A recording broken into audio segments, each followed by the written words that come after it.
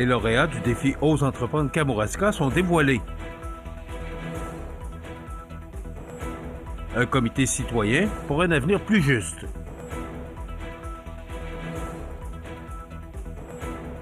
L'économie sociale laissée pour compte dans le budget Girard.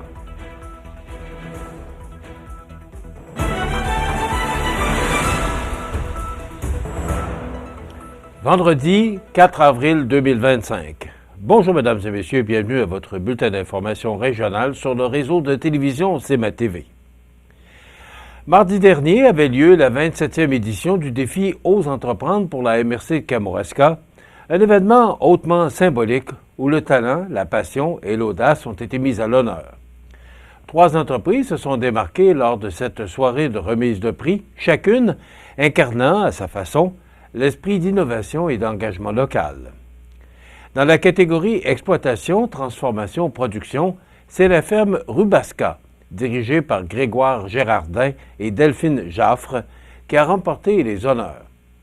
Avec leur projet agricole inspirant, ils ont su convaincre le jury par leur vision et leur passion du terroir. Du côté des services aux entreprises, c'est la branche Conseil, fondée par Julia Franqueur et Dominique Lapointe, qui a raflé le prix. Leur expertise et leur approche stratégique ont séduit tant les entrepreneurs que les intervenants du milieu économique. Enfin, dans la catégorie Faire affaire ensemble, le cirque de la Pointe-Sèche, porté par Élim Gilbert et Stéphanie Fresinger, a été récompensé pour sa capacité à tisser des partenariats durables dans le milieu culturel. Ces lauréats auront maintenant la chance de poursuivre l'aventure à l'échelon régional avec un gala prévu le 30 avril prochain au parc du Mont-Saint-Mathieu. Mentionnons aussi les finalistes du volet Réussite incorporée qui ont eux aussi impressionné, dont Atelier Monchois, Fou du Cochon, le Centre de zoothérapie et d'apprentissage du Kamouraska, ainsi que Visages régionaux. Au total, 900 $ en bourse ont été remis pour soutenir ces entrepreneurs dans la poursuite de leurs projets. Le préfet Sylvain Roy et le président de la SADC du Kamouraska, Olivier Lambert, ont souligné à l'unisson l'importance de ce défi pour faire rayonner la région et encourager ceux qui osent bâtir l'avenir. Une chose est sûre, le Kamouraska peut être fier de ses entrepreneurs qui, par leur audace, nourrissent l'économie locale et notre fierté collective, ont-ils commenté. Rappelons que le défi Ose entreprendre est un grand mouvement québécois qui fait rayonner les initiatives entrepreneuriales de milliers de personnes annuellement. Des élèves, appuyés par leurs intervenants scolaires, des étudiants ainsi que des entrepreneurs. Il se déploie et s'enracine aux échelons local, régional et national grâce à plus de 300 responsables qui se mobilisent dans les 17 régions du Québec. Le filet social québécois est fragilisé et une série de crises secouent actuellement notre société. Logement, coût de la vie, itinérance, changement climatique. Ces réalités touchent désormais toutes les régions, y compris ici, dans les MRC de Montmagny et de Lillet. Face à cette situation, la CDC, ici Montmagny-Lillet, tire la sonnette d'alarme et lance un cri du cœur alors qu'elle appelle la population à se mobiliser pour réfléchir et agir ensemble. L'organisme amorçait mercredi une série de 7 publications qui mettront en lumière les causes profondes et les conséquences de cette crise sociale. L'objectif est clair, soit celui d'exposer les droits fondamentaux bafoués et inviter la population à bâtir des solutions. En parallèle, la CDC met sur pied un comité de participation citoyenne. Un groupe inclusif ouvert à toutes et à tous qui souhaite rassembler des citoyennes et des citoyens engagés, prêts à échanger des idées, élaborer des stratégies et même concevoir un plan régional de gestion de crise. Aucune expertise n'est requise pour s'impliquer. Que vous soyez une personne concernée, un professionnel ou simplement quelqu'un qui a à cœur l'avenir de notre région, vous êtes les bienvenus. Chaque voix compte, chaque geste fait la différence. Pour agir concrètement, s'outiller face aux crises et surtout Bâtir une collectivité plus forte, solidaire et résiliente, la population doit s'impliquer, nous dit la CDC. Ensemble, il est encore temps de protéger notre filet social et d'imaginer un avenir plus humain, plus juste et plus durable pour notre région, en répondant présent à l'invitation de l'organisme, la CDC, ici, Montmagny-Lillet. L'économie sociale laissée pour compte dans le budget Girard. On vous donne tous les détails après la pause. Le restaurant Pizzeria Porto Bellissimo, un incontournable à Saint-Jean-Port-Joli. Pizza débordante de garniture, menu varié et abordable. Délicieux dessert avec des produits de grande qualité des gâteries de l'Ami. Porto Bellissimo et les gâteries de l'Ami, route de l'église à Saint-Jean-Port-Joli. La Société d'agriculture du comté de Lillet vous invite le 5 avril prochain à un atelier de formation sur les biofertilisants et thé de compost. Tous les agriculteurs de la région sont bienvenus, soit à la salle des Chevaliers de Colomb de Lillet ou sur Zoom. L'objectif est d'offrir aux agriculteurs un lieu de rassemblement, de formation et de consultation sur des pratiques agricoles innovantes pour solutionner un problème ou améliorer sa rentabilité. Pour information et inscription, visitez carrefouragricole.ca. Bonjour, ici Bernard Généreux, candidat du Parti conservateur pour Côte-du-Sud, Rivière-du-Loup, Katascomique, Témiscouata. Je suis fier de vous représenter depuis 10 ans. Continuons ensemble, votez Bernard Généreux. Vous regardez CEMA TV, le réseau de l'information sur la Côte-du-Sud. Le réseau des pôles d'économie sociale du Québec sonne aussi l'alarme. Alors que le budget 2025-2026 présenté récemment par le ministre des Finances, Éric Girard, promet des investissements pour stimuler l'économie québécoise, une importante omission est dénoncée, soit l'absence de soutien concret à l'économie sociale. Le réseau, qui regroupe 22 pôles actifs dans toutes les régions du Québec, déplore la baisse drastique de 50 % du financement alloué au plan d'action gouvernemental en économie sociale comparativement au cycle précédent.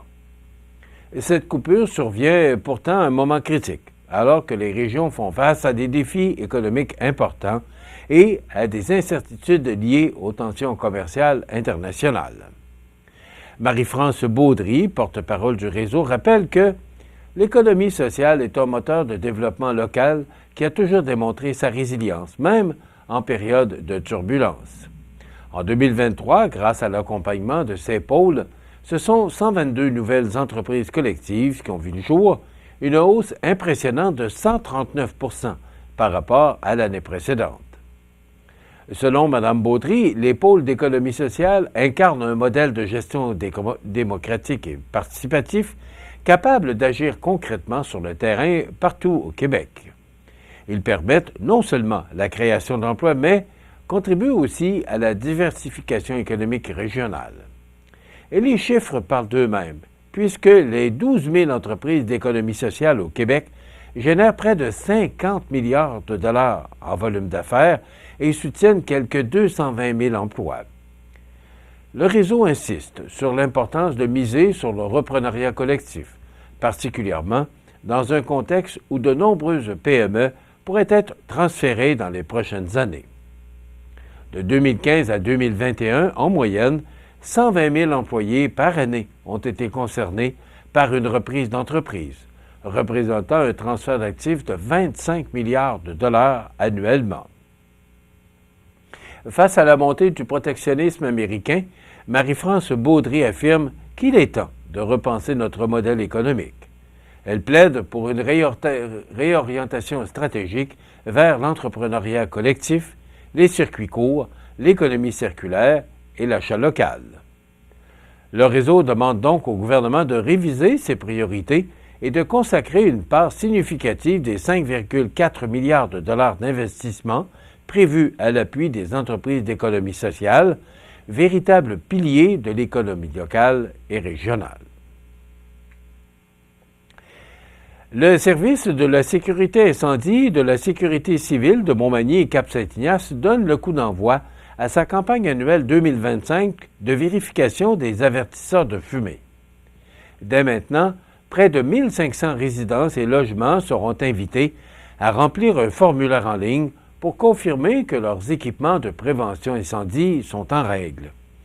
Avertisseurs de fumée, extincteurs, appareils de chauffage, tout y passe. Ce geste simple pourrait littéralement sauver des vies. Les citoyens peuvent se rendre sur le site ville.montmagny.qc.ca/avertisseur pour consulter la liste des secteurs concernés et remplir le questionnaire. Ceux qui préfèrent une version papier ou qui ont des questions peuvent contacter le préventionniste au 418-248-5813 ou encore par courriel. De plus, à compter de juin, des brigades incendie effectueront des visites résidentielles pour procéder à des vérifications, offrir des conseils personnalisés et répondre aux préoccupations du public. Les habitations qui n'auront pas rempli le formulaire seront automatiquement ciblées pour une visite. Un rappel important, qu'aucune entreprise n'a été mandatée pour inspecter ou entretenir vos extincteurs. À cet effet, le service de la sécurité incendie et de la sécurité civile de Montmagny et Cap-Saint-Ignace vous invite à être vigilant face aux sollicitations frauduleuses. Enfin, le message est clair, puisqu'un avertisseur de fumée en bon état sur chaque étage et un détecteur de monoxyde de carbone, si vous avez un chauffage à combustion, c'est la base et peut vous sauver la vie et celle de vos proches. Un petit rappel de notre service incendie sur l'importance de penser à changer les piles de vos appareils régulièrement, normalement au changement d'heure, et assurez-vous que vos avertisseurs doivent être changés tous les 10 ans. Les sports, présentés par Groupe Corriveau, entrepreneurs électriciens et plomberie, un appel, 4 services. Groupe Corriveau à Montmagny, 418-248-8992, votre solution. Vous avez des projets de construction ou de rénovation? Pensez Groupe Corriveau, entrepreneurs électriciens et plomberie. Un appel, 4 services, 418-248-8992, Groupe Corriveau à Montmagny ou groupecorriveau.com. La solution pour du travail bien fait.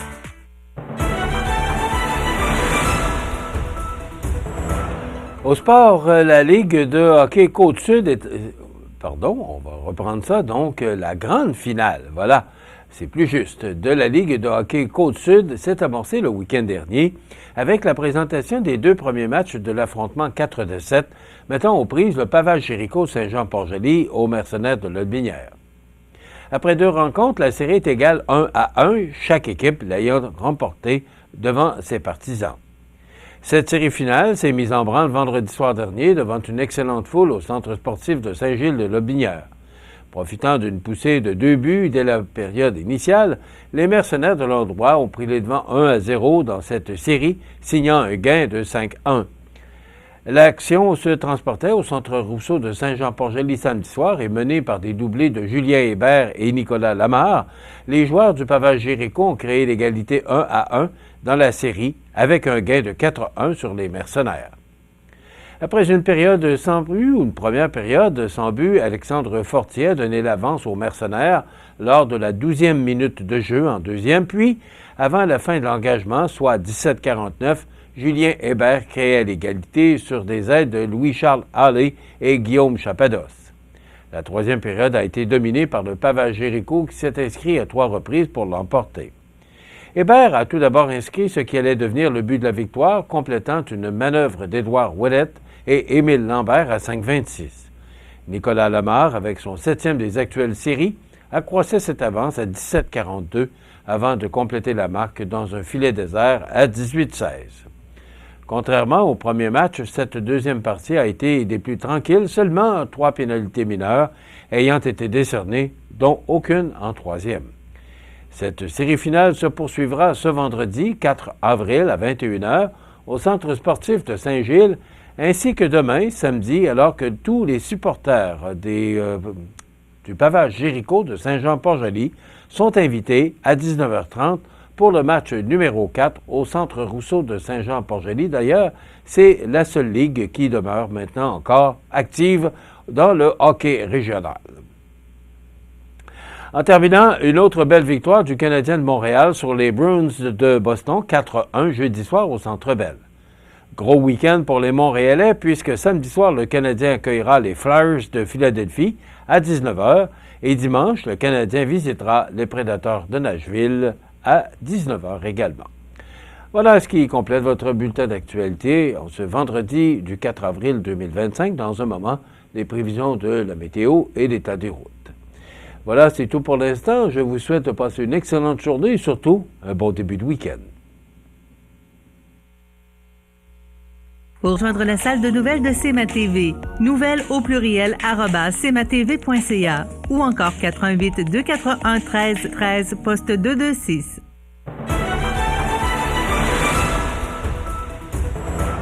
Alors, on a connu hier passablement de pluie là, sur l'heure du midi, là, la pluie qui tombait quand même abondamment et ça fait fondre la neige. Mais je ne sais pas si vous avez remarqué, la neige fond, mais tranquillement. Alors, ça ne crée pas là, d'augmentation de nos cours d'eau. Hier, souvenez-vous qu'on annonçait du temps nuageux pour jusqu'à lundi. Et là, ça a changé parce qu'aujourd'hui, on devrait voir des percées de soleil. Il y aura quand même, et l'image satellite nous le démontre, là, il y aura quand même beaucoup de nuages parce que il y aura du temps nuageux, mais le soleil devrait faire son apparition. Et si on regarde l'image radar, peu de précipitations sont prévues pour ce vendredi. Alors, ça nous donne en détail, d'abord pour aujourd'hui, vendredi, une alternance de soleil et de nuages, les vents du sud-ouest de 20 km/h qui deviendront légers tard en avant-midi, avec un maximum de 6 degrés. Ce soir, la nuit prochaine, quelques nuages, vent jusqu'à 15 km/h, minimum de moins 4.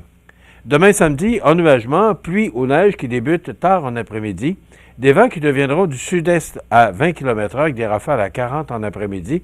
Ça demeure frais et sous les normales de saison, avec un maximum de 2 degrés. Pour dimanche, de la pluie intermittente, ça s'adoucit un peu avec 7 degrés. Lundi, c'est le retour du beau temps, du soleil avec un maximum de plus 4. Mardi, neige ou pluie avec un maximum frais de 2 degrés. Les normales de saison, ce temps-ci de l'année, sont de 5 le jour, moins 5 la nuit. Le soleil s'est levé à 6h16 et se couchera à 7h15 ou 19h15, heure avancée de l'Est. Il fait actuellement 3 degrés à l'extérieur des studios de CMA-TV. Les vents soufflent de direction sud-ouest à 20 km/h. L'humidité est à 80 % et la pression barométrique est à 101,5 kPa. Donc, on connaîtra un beau vendredi sous le soleil. Il y aura quand même de fréquents passages nuageux. C'est maussade pour la fin de semaine, mais le retour du beau temps pour lundi. Et pour la présentation de notre émission du 4 avril, dans un moment, on parle santé avec Daniel Lachance, pharmacien, et on se rend à Forestville pour découvrir la station régionale qui opère dans cette région-là. Et bien sûr, il y aura les grands titres de l'actualité. Donc, c'est le menu qu'on vous propose. Il y aura bien sûr les avis de décès en fin d'émission. C'est le menu qu'on vous propose de cette dernière journée de la semaine, ce vendredi 4 avril. Je vous souhaite donc une excellente émission à notre antenne.